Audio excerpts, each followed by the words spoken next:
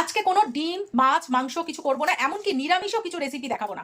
আজকে করব একটু অন্য রকমের একটা জিনিস, সেটা সবাই মনে হয় খেয়েছো, আবার যারা খাওনি তারা একটু দেখে নাও। Good afternoon. আজকে ভোরবেলায় আমি যতটা পরিমাণে গোবিন্দভোগ চাল নিয়েছি তার অর্ধেক আমি বিউলির ডাল একসঙ্গে ভিজিয়ে দিয়েছিলাম। এবার এটাকে পেস্ট করে নেবো। আজকে করব একটু সরু চাকলি। একটা স্মুথ পেস্ট করে নিয়েছি, দেখো একদম যেন দানা দানা না থাকে, এটার দিকে কিন্তু লক্ষ্য রাখতে হবে। একদম স্মুথ হবে পেস্টটা। এইবারে পুরোটা পেস্ট করে নেব। প্রথমেই এই চাল ডালের পেস্টটাকে এত এত জল দিয়ে একদম পেস্ট করব না, সামান্য সামান্য জল দিয়ে আস্তে আস্তে দেখবো যে কতটা পাতলা করতে পারি।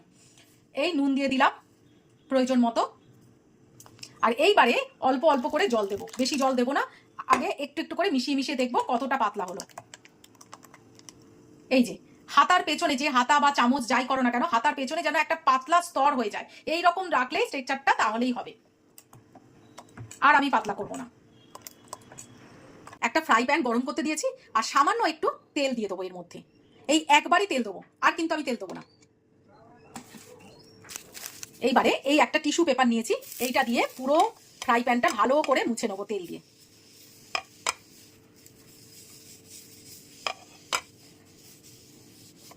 সুন্দর করে সারা ফ্রাই প্যানে গায়ে লাগিয়ে দেবে তেলটা। আগেকার দিনে আমার ঠাম্মিরা করতো ওই বেগুনের পেছনের বোঁটাটা দিয়ে, এখন সব আমরা আধুনিক হয়ে গেছি, ওই জন্য টিস্যু পেপার ব্যবহার করি। ফ্রাই প্যানটা ভালো মতো গরম হয়ে গেছে, এইবারে আমি এক হাতা করে এই মিক্সচারটা দেব।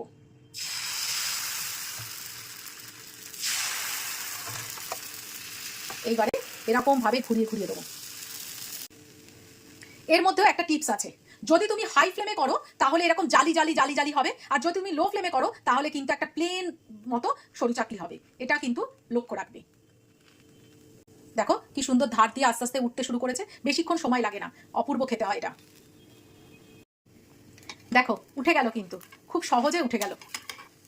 এই ভাঁজ করে দিলাম, এই আমার একটা সরু চাকলি হয়ে গেল। এই প্লেটে রেখে দিলাম সুন্দর করে সাজিয়ে। এইবারে আবার একটা দেব।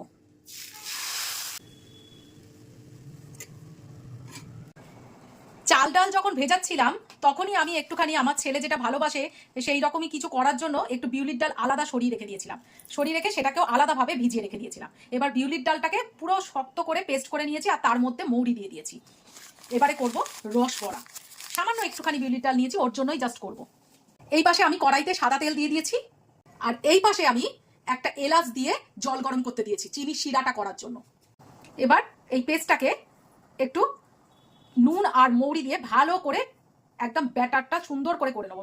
এত সুন্দর করে ব্যাটারটা ফেটাতে হবে যে একদম যেন কালারটাই চেঞ্জ হয়ে যায়। দেখো এত স্মুথলি ফেটিয়েছি যে পুরো একদম কালারটা সাদা হয়ে গেছে, এই রকম কালার হবে। এই পাশে আমার চিনি শিরাটা একদম টকবক করে ফুটছে, আর এই পাশে আমার তেল পুরো গরম হয়ে গেছে। এর মধ্যে আমি একটা একটা করে বড়া দিয়ে দেবো, আর ফ্লেমটাকে একদম লো রাখবে।